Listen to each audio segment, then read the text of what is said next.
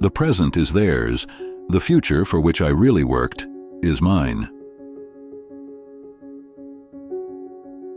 The day science begins to study non-physical phenomena, it will make more progress in 1 decade than in all the previous centuries of its existence. I don't care that they stole my idea. I care that they don't have any of their own. The scientists of today think deeply instead of clearly. One must be sane to think clearly, but one can think deeply and be quite insane. Our virtues and our failings are inseparable, like force and matter. When they separate, man is no more. If you only knew the magnificence of the 3, 6, and 9, then you would have the key to the universe. The last hope of human liberty in this world rests on us. It is to be or not to be. And if we fail, I think we shrivel up and just disappear. It is absolutely necessary. I don't think we should compromise at all.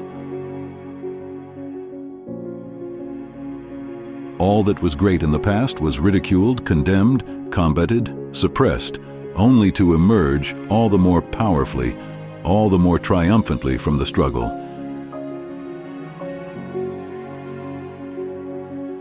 Let the future tell the truth and evaluate each one according to his work and accomplishments. The present is theirs. The future, for which I really worked, is mine. My brain is only a receiver. In the universe, there is a core from which we obtain knowledge, strength, and inspiration. I have not penetrated into the secrets of this core, but I know that it exists. The day will come when, after harnessing space, the winds, the tides, and gravitation, we shall harness for God the energies of love. And on that day, for the second time in the history of the world, we shall have discovered fire. Of all things, I liked books best.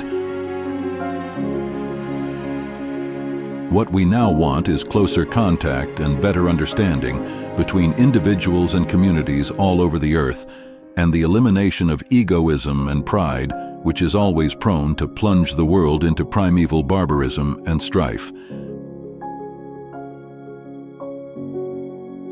The gift of mental power comes from God, divine being, and if we concentrate our minds on that truth, we become in tune with this great power. If your hate could be turned into electricity, it would light up the whole world. Inventors don't have time for married life. It's not the love you make, it's the love you give. I do not think there is any thrill that can go through the human heart like that felt by the inventor as he sees some creation of the brain unfolding to success. Life is and will ever remain an equation incapable of solution, but it contains certain known factors. The individual is ephemeral. Races and nations come and pass away, but man remains. I am part of a light, and it is the music.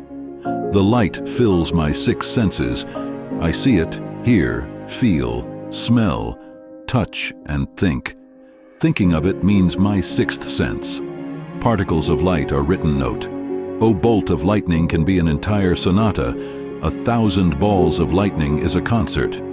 For this concert, I have created a ball lightning, which can be heard on the icy peaks of the Himalayas.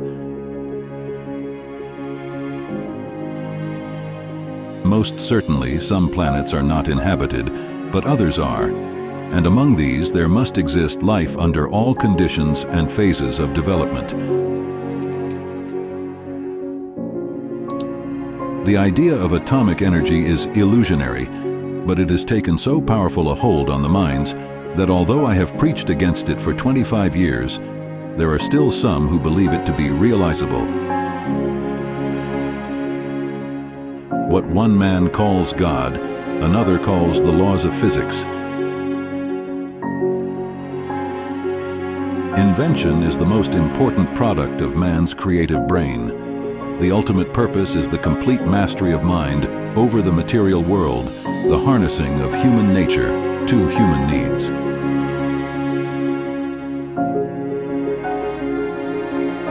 The practical success of an idea, irrespective of its inherent merit, is dependent on the attitude of the contemporaries. If timely, it is quickly adopted. If not, it is apt to fare like a sprout lured out of the ground by warm sunshine, only to be injured and retarded in its growth by the succeeding frost. Peace can only come as a natural consequence of universal enlightenment and merging of races, and we are still far from this blissful realization.